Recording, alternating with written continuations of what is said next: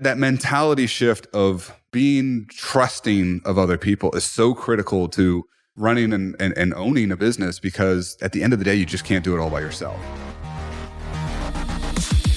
Welcome to the High Voltage Business Builders, a show where we interview people committed to making their next million through passive income using real estate, brokering, e-commerce, and beyond. If you're a passionate business builder yourself, visit voltageb2b.com to get in touch now. Hey folks, welcome back. It's Neil, and I have here, Matt, how long have we known each other? I was just literally going to stop and say, we've known each other for X years, and I can't actually remember. I have to imagine at least 10 years. At least. At this Holy point, crap. yeah. That's like back in the Teespring days, I guess is how we define for T-shirts. And I remember you were working in St. Louis with Budweiser, right? When you were starting up your business. Correct me if I'm wrong. Yep. Yeah, I was a purchasing agent, I believe, when I started all this. Yeah, I remember that. And I remember when you got out of that. That was a big day. Yeah. How long has it been since then now? It's actually been 7 years since 3 days ago. Wow. Oh, no, 4 days ago, because it was Friday the 13th when I left. I didn't realize it. Oh, congrats. Yeah. So, on my last day, my boss is like, it's Friday the 13th, right? I'm like, nope, I didn't. But I'm out of this hellhole, so that makes sense, right? So what is it that you have been up to since then? Like, what's been keeping you busy? A lot of things, I would say. But, really the print on demand is where I kind of found my footing, as you know, right? So the Teespring stuff was just the easiest path at the time. And a lot was changing very rapidly at the time. When I got out of Anheuser-Busch, started in the Shopify journey, started doing some apparel in several different niches, found that, focusing on one thing was really the better move, right? So I had all these different stores and I was so, excited and everything after you get on your own. And ultimately I ended up closing all but one store and just went really, really hard at it. I built it up over a 6-year period and actually exited from that about a year and a half ago, the recording of this. So along the way, I bought a part ownership of a company called Scup, which is my main focus now. I'm a CEO of Scup.net.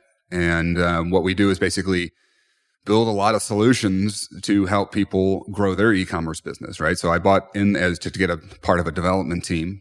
We started building apps. And what we realized is like, hey, let's just build apps that help me perform better, because if it helps me, the hope is it would help other people as well. So that led into some trainings and that led into some educational pieces, because let's be honest, I'm a transparent guy as much as I can be.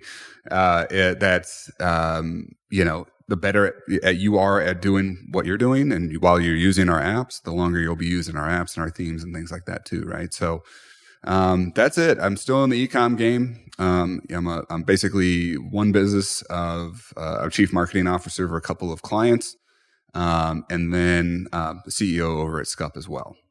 So you've been busy. I know you've been busy in life, which is fun. You have been busy building family, which is cool to watch. Congrats on that, which is amazing. How's that changed perspective for you? Since you guys have started to have, you're 2 children now. I don't want to mistakenly say this right. Yeah. So 2 girls. So I'm a girl dad, which actually really girl dad. Yeah, girl dad. Which will really change your perspective on life, right? See things a lot differently. Yeah. But it's been great, man. I mean, I think a mutual friend of ours, Tanner Larson, said it gets down to like your biology level, right? Like when you have these kids, all of a sudden, they say like back in the day in hunter-gatherer stage, like your biology would just change and you'd be like, all right, I got family to feed for, to protect, and I'm going to go out, I'm going to hunt, I'm going to kill, I'm going to gather things up, I'm going to build, protect. The equivalent of that now is, if you can tap into that, the equivalent of that is like, I got to get to work. Yeah, I got to sit at my desk. Maybe I'm not hunting an animal or whatever, but that's kind of how it's been for me is, I see things 30 years out, which is good business anyway. So I see wedding days and things like that. And how do I build to, build a life from between then and now? And I think that's part of I have an information technology degree from Mizzou. And you always started with the end result in programming, and then you back away and then go forward, right? So that's kind of how I try to take every single day, keep perspective on it, and To be honest with you, when I sold that company, man, the main reason behind that was it was a great opportunity and the right timing, but I changed my whole life. I was working way too many hours, and I have hard stops now at 5 o'clock. I go pick up my girl from daycare, and yeah, I'm on my phone here and there, maybe if I have to be, but I'm not at my desk, and I focused on them, and they're only young for so long, so especially the new one's going to be she's kind of getting in that 4-month awakening, smiling, getting her, I got her to laugh last night. Active. Very cool. Yeah. So, that's the competition is on to see who says daddy mommy now, right? Is that like the push to get her to say dad first? Yeah. The funny thing is with Joanna, our 2-year-old, is she's been phasing in and out of daddy stage. So like now it was like mommy stage forever. And then I finally had my 3-month period. Then we went back to mommy stage. The cool thing is now is I get started pretty early at work, and she gets Amanda, my wife, gets the kids ready and goes to daycare, and Joanna will come in here. We have like our own little ritual now. Like hugs me, says, "Oh, you working?" And then I'm like, "Yeah, I'm working." And then just it's the highlight. Dad is always around, though. That's what's cool about this, man. And as we're all from Mizzou, you're from Mizzou. We're Mizzou background, both Missouri. I call them Mizzou, but so we're not far. I think we're like 3 hours from each other, ish. Ish. Yeah. Ish. I'm a big city boy, right? And you're the city boy. I'm the hunter gatherer. I'll go. I'm gonna go shoot something today just to get in touch with my manlyhood. There you go. Well, it was a requirement to move out here, right? I had to either shoot off the deck or piss off the deck, one of the two. And if I can get them both, then I'm happy to be in the country.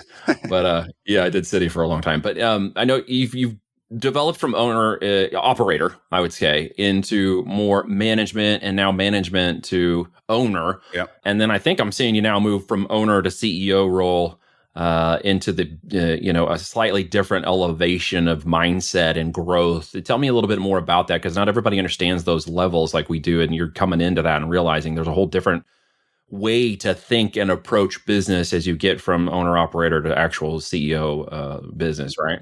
Yeah, I think I made a post about this the other day, and I think like the first thing that you have, the first mindset, at least that I had, and it's understandable, right? So you have this date. I had this job, it's super demanding, and I was about to break away from it. And when you do that, like it makes you feel like it's all on you, right? It's all on your shoulders. You have to do everything, and then I think that causes a lot of people, because I help a lot of people that are in the early stages of doing the exact same thing. And it causes you to be really afraid of letting go of certain things, right? And delegating tasks, right? And it takes a little bit of breathing room for you to let go of a couple of things. So I said that, the self-employed is probably that first stage, right? But the entrepreneur would be like that second stage of like, oh, I got to do a million things. That's what I was kind of telling you. I'm like, oh, I'm moving into like 10 stores, and I'm going to have this business. I'm going to do real estate. I'm going to do, like, I was like, you got to get at least your feet under you in the thing that you left for, the thing that you dedicated your time to. You can start doing stuff eventually, and I'm doing that now, or I have different businesses. But until you switch over into beyond like the owner stage, and the CEO would come from that too, right? Where I delegate tasks. Most of my day is just delegating and seeing how things are going, having meetings, recapping with people. Like I have a standing meeting with my sales team every day. We have a standing team with standing meeting with my call team, all these different people, just to make sure that we're on the right track in the different businesses. If it's weekly, daily, whatever it needs to be, that's most of my time. And then the big moves that like we're switching attribution software. Like I have to be the guy that's overseeing such a move, right? Because that kind of disrupts a lot of things. And then are we going to get into TikTok for ads? Okay, that's kind of a big thing. Let's go. How much we're going to dedicate? Those kinds of things.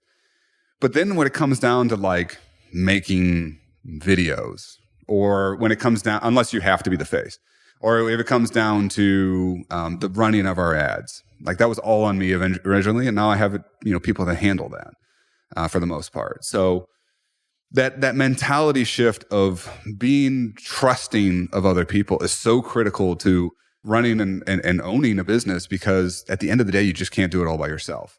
Unless you have a very special job. Even then, you probably have like an assistant or something else like that, right? Absolutely. You've got to live by the assistant. And then like, okay, let's be real. Like Yep. Don't be doing your legal stuff. Don't be doing Nope. your taxes. Don't be doing your Doing like. your So it's not all you. Or bookkeeping. Yeah, yeah, exactly. Like it's never, and like that mentality that you have right when you get out of the gate of saying it's all on me. I got to do all this stuff. Yeah. That's a good way to really, go gray and stress out and have a panic attack or whatever you want to end up doing. I took a real physical toll that first couple of years. I put on a ton of weight and was just not in a great place. And it's stressful to release some of that stuff to other people. But then you find out, hey, they might be even better at it than you are, right? And you're bringing people into the team that, like, as long as they align with whatever you're doing, your mission that you're doing. Like at SCUP, we're trying to help people change. My partner Devin and I, very similar story. Both came out of the same mastermind in the Teespring days. And we both get a lot of fulfillment out of seeing people have a win. I literally had somebody get their first sale on a call yesterday. And that kind of stuff is like, man, that's so much better to me than, if you make good money and things like that now. But like that kind of stuff can revitalize the business that you're doing and just it is purpose, so right? And when you hear that purpose, it refills your coffers into saying, okay, I'm going to keep going. I'm keep investing into people. Yeah. Everybody gets it backwards, and you're cutting into this really, really smartly. And that is, people want to think technology drives process that finds the right people or manages the right people, and that's actually an inverse relationship, right? Technology exception, managed by exception. You start at the operator, then you move into the documentation, SOP, KPI stage. And then you should be at the owner level, which is just managing and monitoring those KPIs and SOPs. And as you evolve, that is the level of scale in business. Then you can open up other things. You can do other things. You can put other people into trust sections. I think, like you said, too many people want to bite off too much goal-oriented, whatever you want to call it, social media clout with their entrepreneurial status, with just doing a bunch of things. Activity, masters productivity, as I like to refer to it. But you've been very smart. And I assume you've had a mentor. I don't know this for a fact, but someone who's helped guide you. I've had several over the years. The last 2 years, actually another St. Louis guy, Andy Frisella, is the owner of a company it was one of the bigger privately owned companies in Missouri now, which is called First Form. And he owns a ton of other companies as well. But him and Ed Milet are the two mentors that I follow now. Certainly, a special breed. I align with him very well just because my dad was a Marine. So he's kind of on that same kind of terminology, I'll put it that way, that he uses and just the mindset. And I think that one of the biggest things for me was connecting the dots that my physical and my mental were completely connected. And maybe it's not for everybody, but for me, I have to get a workout in the morning. I walk every day now because otherwise I'm right here and it's not as well lit as it is right now. So like, because I got this big lamp in front of me, but otherwise I'm kind of, you feel like this silo effect, right? Not even to this day, 10 years into it, how many people really understand what you do for a living, right? When you own it. And it's hard to explain at times. Yeah. So good, like connecting like this on a podcast like this, and a mentor that gets it, or a group, a Facebook group that gets it or something like that's critical. So I started doing more and more of that over the last couple of years. But then go back in the day, like Don Wilson's a big, and Tanner Larson were big influences when I was about to leave. There's been a lot along the way. I've tried to take a mindset of constant improvement for the last several years, certainly in the last 2 years since COVID hit, because I otherwise, I'd like, what was I going to do? Because, let's be real for a second. My wife was like number 30 in Missouri to get COVID when it came out 2 years ago. And I was told at the time, the best case scenario was 8 to 10% chance of not surviving.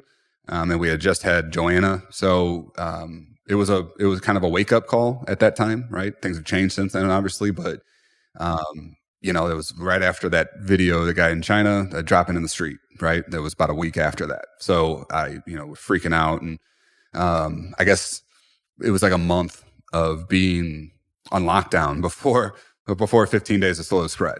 So that little month window right there, I did a huge amount of, that was part of the reason that I sold the business too, was just knowing that like my time was super valuable. And I just went into this like learning and improving and growing mode over the last 2 years. And it's been, I don't know if that was a part of the question that we were originally asking, but no, that's out there too. So No, it's out there too. That's the fun of this. You know what? We're going to get you on a couch. You know, if you're yeah, not crying, what is this phrase? If you're not crying, you're not buying. So at some point, we're going to have you crying on here. yeah, No, I'm just kidding. But no, it's good. It's purpose. Like you got a chance to refocus and consider what was important. That's my philosophy. As you know, my whole life is geared to have my lifestyle that allows my business, not the business that allows my lifestyle. And I think that's so much about what people get caught up in today. Like, I want to grow this business so I can have this lifestyle. yeah. And while I hear people say that, and my clients say that, and even people who want to get involved with us, they start to say that, I always work them into the shift of mindset that while you're doing this business, don't forget your life. Don't forget your lifestyle. Don't forget your family. Don't forget your friends. We had a big wake-up call here with one of our good friends and longtime clients, Matt Harward, who had a very big issue with his medical stuff last year that led him into a time when he kind of did the same thing, exited his business, stopped for a long time, and has kind of refocused his purpose and drive. And we're excited to be, pushing some more direct-to-consumer stuff with him this year as he's gained some focus and time. But it's just one of those things that's hard life lesson. He will explain himself that just like you can push yourself to the max and go gray and literally run yourself into a physical wall. But that's not like, what badge of honor is that at the end of the day, right? Yeah. And what you'll come to find too is that a lot of those guys that do that, not everybody, a lot of those guys that grind 24/7, and this is me 2 years ago, is that a lot of that grind is actually wasted time. I am far more efficient being able to sit down and even with 2 workouts a day, which is about 2 hours of my day, is working out. In that same work day, I'm more efficient in that 9 or about 7 to 5 o'clock. With 2 workouts, I'm more efficient in that time window than I ever was doing 7 to midnight or anything like that. Because you're not, screwing around on Facebook. I'm barely on there other than cut a joke with you or somebody else once in a while.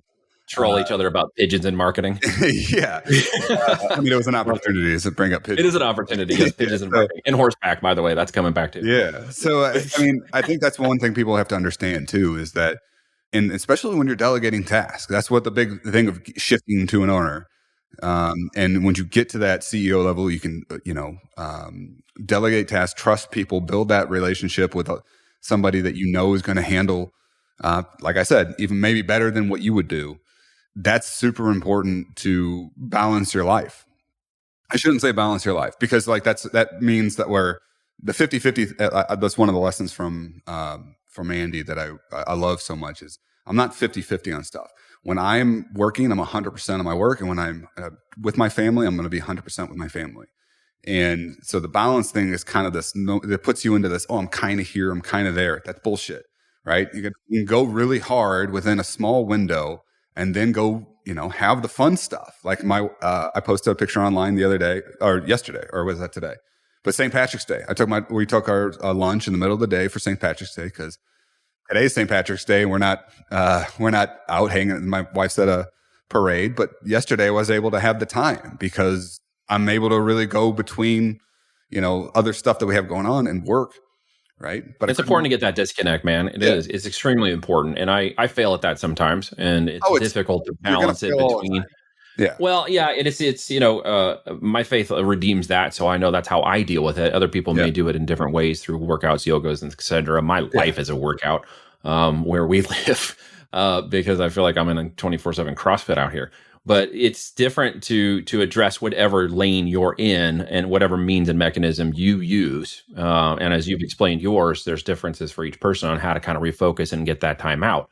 My wife has called me to task a number of times on remembering that, hey, I do put things away at the end of the day. But that darn phone seems to pop up every once in a while. And it's like, you hear that ding and you're like, it's like, shut that freaking thing off. Like, it can wait for the next 3-4 hours or more and just stay focused on family activities. And that's the thing I've got to stay more on. And it's difficult. You got 4 kids and you're trying to balance time between them and time between your wife. And my parents are on the hill, and you got parents that are around and things that are always taking or trying to take, not maliciously, it's just taking time, or things that we want to put time towards, which is tough too, right? Because we don't always want to be the bad son, the bad dad, the bad husband, whatever, or have any presentation that looks like that. So we got to balance it out. And it's a big point. And I think This is what's fun about these conversations is like you and I haven't even really touched on e-commerce yet. Like we touched around it, Right. but I think it's important for people because so much I think around ecom in the minds of some who might be listening to this, or maybe a lot in my experience, are all focused on the mechanics. Right. Like pushing buttons and product is how I make money in ecom. And it always fascinates me when people finally catch on to the realization that that is not actually how you make money in e-commerce. Yeah. Yeah. How do you actually make money in e-commerce, Matt? So the best way to do it is to focus on, and this is this is the funny thing. I say this stuff and they're like, duh, but like people really just kind of, it's like one of those simple concepts that's completely overlooked. And because it's simple, they don't think it's powerful, right? As you focus on your customer, right? And at SCUP, what we did was say, and this has changed our business completely, is we said, we're going to focus on our customer's customer, right? Because we're teaching e-commerce store owners who have customers. So if I can teach you how to best treat your customer, then ultimately everybody wins all the way through, right? So that led us to, you're in a different area of things than me. But drop shipping was super big for a lot of people in my position a couple of years ago. A couple of years ago, we said we're not going to do that anymore, right? We're going to point you to, unless you're going to pull in some inventory, do quality checks, do all this kind of stuff, we're not going to do that anymore, right? What we're going to tell you to do is get something that you know, right? With somebody here in the United States that you can ship fast, you can do all this stuff, you can do a quality check, you can even I'll do it for you, right? We partnered with Shine On in this instance. I went down to the factory. I went and saw all their stuff, saw their production, put a video into our group and said, look, this is our stamp of approval. By the way, it ships out in a couple of days and everybody loves it. And the quality is superb, right? So that was our big shift because we were trying to, our goal is to get people off the ground as easy as possible with a no inventory model, right? An on-demand model, which is my bread and butter, teaching what I actually have been doing for 10 years. And so that was what worked for us. In my own stores, we started doing that same thing. We improved the quality of our products, overstaffed basically our customer service, and branded everything out the door. And I started taking $1 million months to $2 million months, right? Because we were doing the right things that, have a little bit of lag time. I'll give you that, right? They do. Have a little bit of lag time. But once that snowball is pushed down that hill and you keep at it, boy, does it get big. Because it really does. Yeah.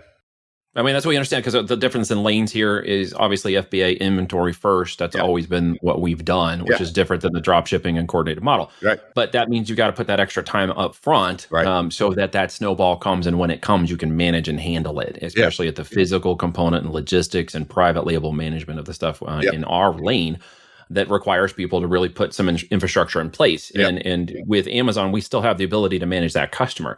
You battle it just a little bit against the Amazon side and perception of a 2-day delivery and a return rate that brings that whole Amazon thing into focus. You got to compete with them in the expectations of that customer, or they'll just go to Amazon and get it on their 2-day shipping, right? So you have to level, and you know that, and you're doing it, which is amazing. But not a lot of people who are maybe listening to this are. So you guys, you got to put effort and time, like Matt's saying, into building that brand. Because the point I was making is the one you've got, and that is the customer matters. Double the understanding of your customer and you will double your revenues. If your products are profitable, profit will come along first. So we sell to the customer and then we sell products.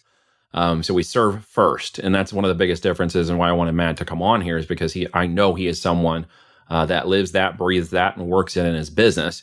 This is why you wouldn't be interviewing anybody who's going to do drop shipping because that isn't going to work. Yeah. And retail, wholesale, online arbitrage, even wholesale FBA and these kinds of models, whether it's direct to consumer or Amazon or stuff, you're just working another job. And that's one of the things I hope you get out of this conversation, guys, is you've got to build into the systems and the processes and the people and the technology of that model because it will scale and reward you. Yep. I know your additional money is coming from the second, third, fourth, and 10th product that you're selling those people who appreciated your brand, your customer experience, and they've come back. And you're right, that does take some time. That does take 2-3 months at times or more for that customer return to buy another product. But it's very important to manage your customer lifetime value. Oh, 100%. People think you can't do that on Amazon FBA. And I'm here to tell you, you absolutely can. I had a long conversation with people in our higher level group last night about, it was a really good example. I'm not going to name any names in case she somehow, finds this, but she had been killing a lot of ads, Facebook ads, because they weren't giving her much better than a slight profit, right? And I was saying, I'm like, we teach how to like measure your true numbers and factor in some overhead costs and things like that. So I was like, you're basically making free leads here, right? And if you can do this and you run at this level, you're going to get because I already know you followed our process and got a quality product. So you're delivering quality product. You're adding things logically like we teach, right? And so they're going to come back, they're going to find other stuff, and they're going to be blown away when they get that product. And we even teach them how to, like, and I'm sure you do, like, follow up with them, right? A little note's going to come with every single one of those products and say, hey, come back for your next occasion or whatever it is and get 20% off. So that brand is being built. And the big thing for her was getting out of the mindset that it's just like this cash flow business, right? It has to be this cash flow business off the start, right? And I was like trying to tell them, like, there's some businesses that run at a big loss in the front because they can track all the way through and see, okay, but they're going to buy this $180 thing or this whatever it is down the road, and it's going to bring us into profit. So at the end of the day, as long as you are, like you said, taking care of your customer and serving them, you know what they want, you know what they need in that scenario, you know who the buyer is versus the end user of it, and you can speak to that, and then you can really deliver on something that makes an impact, right? And then it's going to take care of itself. Like our organic search is a big part of our sales every single day. Like organic search is simply people having our brand in their name or in their mind, and then going and following our name on Google or something like that, and finding us and then pulling us up and buying from us. Yeah. Like that doesn't come off the from rainbows and sunshine, right? That it has to have work that comes into total randomness. Yeah. It's not like people like, oh, this. I'm just going to pull that out of thin air. Like you have to put in the work in order to get that stuff. And then if Facebook does suddenly, don't, Mark, if you're listening, please don't ban me for some reason. Just like, I looked at it wrong or something like that, and it banned me. It doesn't kill my business because I already have this organic brand search that's in play. And then once I figure all that out, ads back up, but I still profited that entire time. It didn't just crush my business.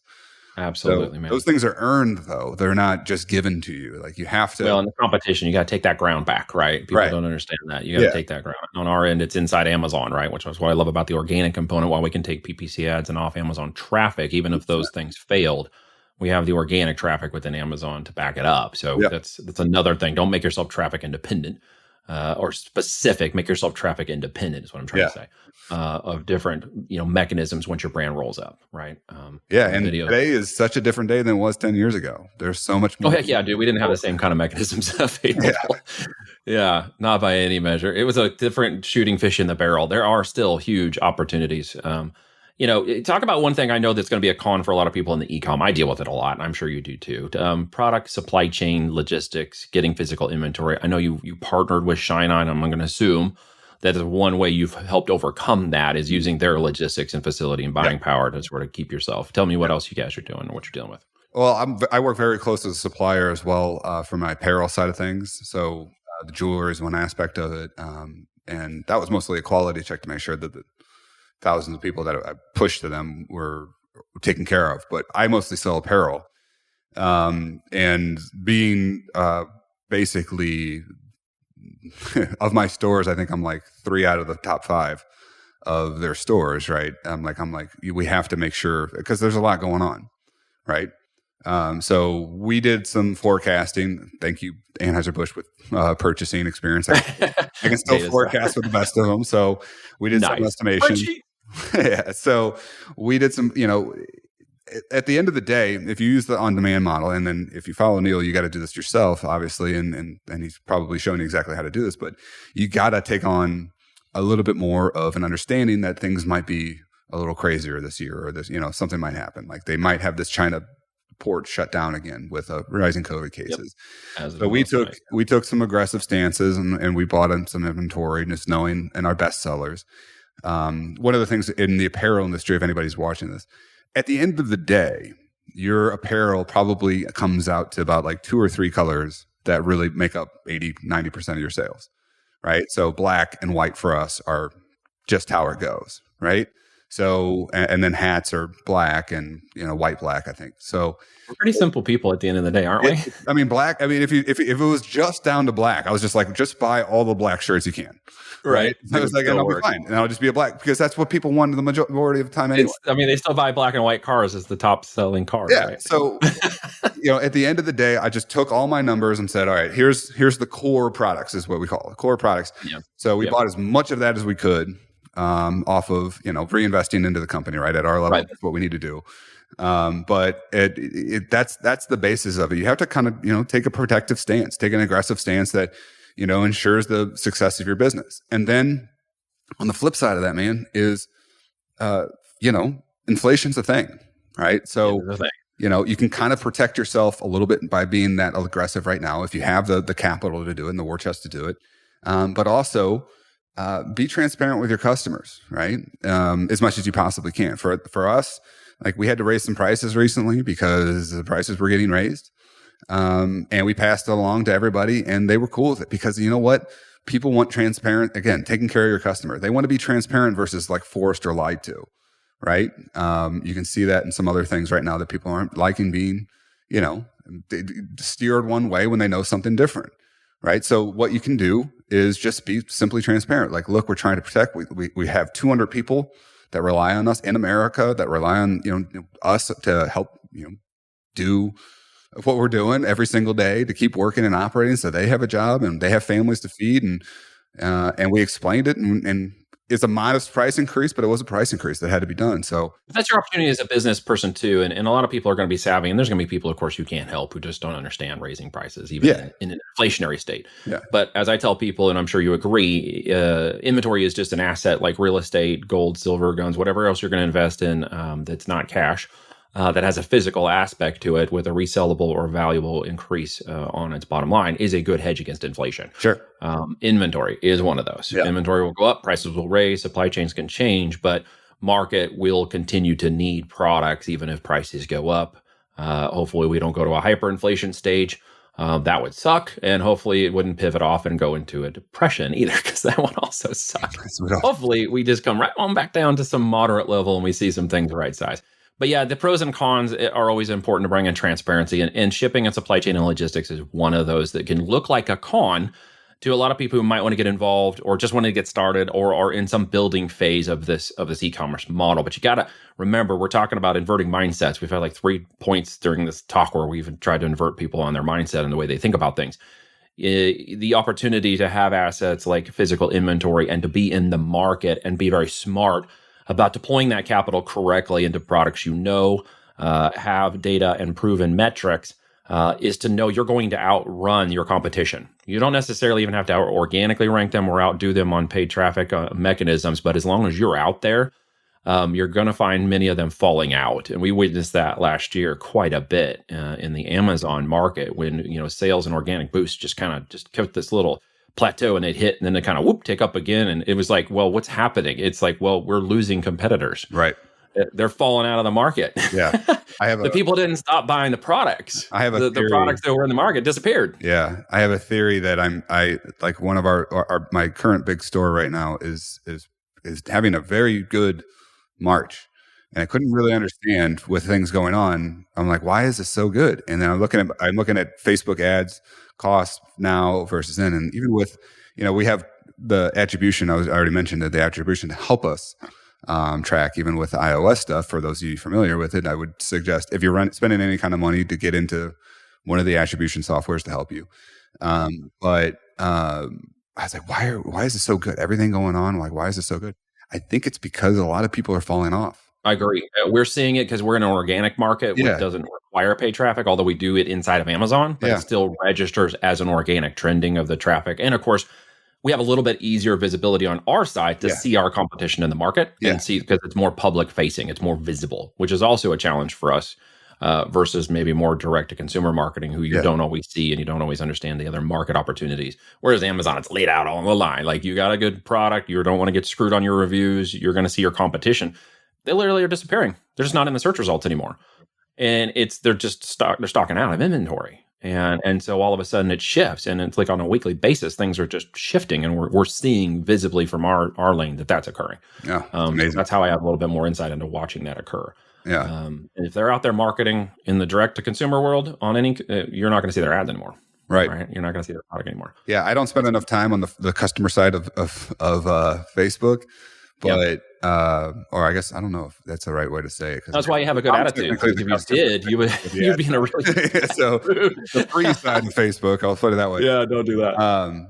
But it's, I know TikTok's taking up market share and stuff like that, and we're getting into that too. But Facebook, I think, is literally having an issue of people who are falling off too, just because of current state and the things. And a lot of people are inventory too, right? On the Facebook side of things, there's not a lot of people that operate in my space where I'm just simply at any moment in time, I could just shut my attic off and I don't have any inventory. Like that's... Well, or they don't understand that rising cost or the opportunity, like your person you mentioned a minute ago, who might have a product that's just break even or just a few dollars in profit on the lead in. And they're like, well, I can't live off of that. So they shut the whole thing down. That's crazy to me. Yeah. And right. So that's a knowledge to learn, right? Yeah. Yeah. One of the best things I ever did on that company that I sold, and the reason I don't say this is just transparency, right? I'm legally not able to say it on stuff like this. So we'll edit this out. But yeah, they know they gave me a lot of money to be like, hey, you have a lot of followers and you get on things and talk about your business. So we're not going to let you do that if keep your mouth shut, buddy. Yeah. So I was like, okay, I saw the number. I'm like, okay, fine, that's cool. But basically, one of the best things I ever did was simply breaking even and brand building for an entire year. This was 2019. Wow. And I didn't need the income. We were in a great spot. And I was really, really tired of kind of being the same level every month. I was hitting in the 150 to 200-ish every month. And I was just like, I'm really, really tired of doing this. I took all of the data and said, okay, 80% of my sales comes from 20% of my product. It was almost spot on 80-20 rule. It's crazy. So 80% of my sales came from 20 product. I eliminated the 80% that were driving the 20% of sales. I did the same thing because it was this big, broad general store because everybody wanted to be a big, general store at the time. Yeah. Took all that stuff, limited it down to, it was still really big. But it was just very, very the scope was defined, right? Big in terms of people. But the scope was defined. And that almost instantaneously took that business from 200 to about 500. I was like, well, how could I? Because it was just, it was easier for people to navigate. It was the problem is the people that come from my space want to be Amazon. And one of the things I figured out a long time ago is that I'm not going to be fucking Amazon. Excuse my French. No, you're not $1 trillion firm. I'm not going to even. I don't even compete. I try to differentiate myself, and I give my customers reasons to shop from me that are worth waiting more than the 2 days, which in St. Louis now is the same day. If we were doing this in the morning, and I could probably order something if we were doing this in the morning, depending on what it is. There's a thing in Fenton here, if you know where Fenton is. I do. 15 minutes from me. I get stuff delivered the same day. And I'm like, whoa, and then I've come to find out it's some big new facility in there. So I was like, once that happened, I'm like, okay, I need to really work hard on differentiating myself. That's where the customer service and all that stuff. But one thing that I did, the best move I ever did, was simply take that business and just take everything that I was making profit-wise and put it right back into the company. Yeah, what actually happened there, right? Like, to perceive that for anybody listening, I'm going to steal your glory for just a second. It was the branding perception that changed. Because all of a sudden people thought, wow, they're focused. It's like, how would I explain it? It's kind of like Elon Musk selling Teslas, and you go and you're wanting to buy a Tesla, but then over here they're selling a Volkswagen. And it's like, what? Why is there a Volkswagen in the Tesla shop, right? It's like suddenly your brand perception changes to the value of what it is you're actually getting. Yeah. I compare it a lot to like a boutique here in St. Louis. The retail stores that are crushing it here in St. Louis, super focused. You go in there, it's probably a little higher priced, but you know what? I'm having a good customer experience. I'm finding what I want. I came in there with purpose, and I'm finding more than I originally thought, right? So my AOV went up. So on average, my customers are buying about 2 items. During peak seasons, I'll be about 2.5.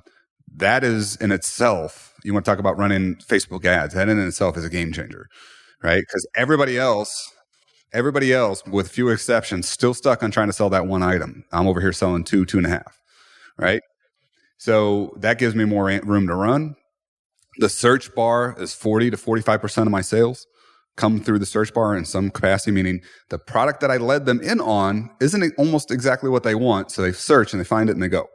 So if you have a general store trying to be Amazon, a bunch of stuff's going to pop up, right? If I just type in, it doesn't say like baseball. If I was going to type in BA, what else comes up under there? There could be tons of stuff. There could be tons of different items. Or is it just baseball, right? And I'm looking for baseball stuff. That's a good reminder for focus. I got that other store we talked about the other day. I need to go in and kill everything on it. You reminded me I need to go in and torch half of the stuff in there. Yeah, and you just focused everything down, and then what did I end up doing? I spent probably over 6 figures, multiple 6 figures on just conversion rate optimization, like crazy. Speed, conversion rate optimization, just building out customer experience surveys, just countless amounts of learning lessons and split test and things like that. Not to mention branding everything, improving the quality, taking risks. I took a risk to try to make stuff here in America that I was getting from overseas. That hurt really bad because that did not work out, unfortunately. That led me but the learning lesson of that led me to who I currently have as a supplier. And he, with more experience, was able to do some things for me. And so those moves took the 250 to 500 to the 500 to $1 million. And then just the room that I got to run, and the branding and everything started taking off. That's when we started touching 2 million and everything like that. So, and the 20 and the 21. But if you're making the moves for now, and I can understand, trust me, I've been my very first home. I was overextended. I was in a pinch. My wife helped me. The girlfriend at the time had to help me pay my taxes 1 year because I had overextended myself chasing a dream. I've been there. I know it sucks. Paycheck coming in, everything going out. But if I'm focused only on today, I will lose because the businesses don't operate in today. Little hobbies, little cash flow, maybe pulling a lever on a gambling machine. Yeah, that operates in today. Businesses operate 6, 12, 5, 10 years out. So you have to have that perspective in play. And every move should be going 6 months, 12 months out, not just right now, because you're going to miss so much. You're going to turn off break-even ads when you do that kind of stuff. You're going to be like, I don't know if I want to have inventory right now when, Christmas is 6 months out. Probably should get some inventory rolling, I would imagine. I'm moving 5 units a day only. Now I'm failure. Like, it's just, these perception things are not aligned correctly. And I appreciate you saying that, right? It's actually to look at it in more of a structured format, right? And then kind of think again through the 3, 6, 9, 12 months aspect 100%. And then I leave it alone. Like, I step away from it, because what ends up happening is, if you're not careful, if you do that exercise, and I'm not saying you said this, but in my perspective, if you do that exercise and then focus too much on it, you will screw up today and tomorrow's activities. Yeah, no, just you will be so big picture minded that you do nothing. No, I'm not saying you said this or what you said was wrong. 100%. Yeah, we do the same thing. I mean, everything needs to look at a 12-month run rate and then back it into a quarterly expectation, and then down to a monthly, and then down to a daily. Like you said, you start with the end in mind and work your way backwards. Exactly. To build something that will grow up now, cash flow, and then be worth something in the end, like 24, 36 months out, which you are a very good representation of that. Yeah. And it's a really good lesson for people who hopefully are paying attention to the details of this right now, because you're getting schooled by Matt today. Yeah. I mean, everything that you do, just to clarify that, everything that you do today should be part of that plan. But that today is just as critical as the 3, 6, like we were talking about. But when I'm talking about doing that, you can't just only focus on today. If your move is just for today, you're going to be screwed. I have a list. This is from my mentor. It's called the power list. It's 5 things that I need to do today, and I have to get done today. And I do this every single day. It's worked wonders for me. Like, what do I need to take care of today? I have analytics software. The analytics software does not give me a lot of rewards today. Right? But I have to do it now. Why? Because in a month and a half is Mother's Day. And a little month after that, Father's Day. Summer rush. Then I'm already thinking about Black Friday because, of course, I'm thinking about Black Friday. I need this attribution software done now because I need full operational speed going into that couple of months up to Black Friday, right? Also, right, like, let's be honest, Facebook, I don't know if they're going to continue to decline in market share. So I have to get this software in here so I can see TikTok on a more transparent basis, right? So, reading the tea leaves kind of thing, right? So, yeah, and that's part of just staying. It's part of staying at the head of the ship, right? You got to watch for the icebergs. CEO job, right? Yeah, it is more a CEO visionary. Yep, staying ahead so that everybody does their daily, weekly, monthly tasks, and things continue to march forward. The sooner you can get your business into that, as Matt has done, the less stress actually you will feel. Yeah, it actually gets less stressful.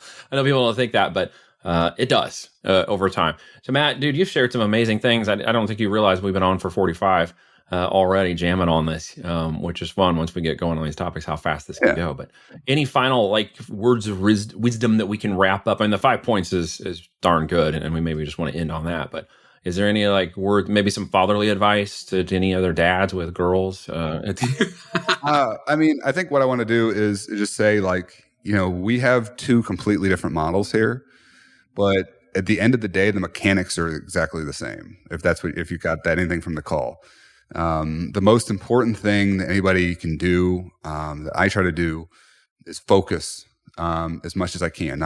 Granted, I have two businesses, right?